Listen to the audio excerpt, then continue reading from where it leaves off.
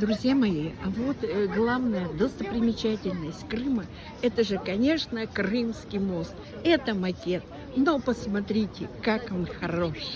Это для тех, кто еще ни разу не проехался по Крымскому мосту. И его охраняет замечательный российский матрос. Благодарю.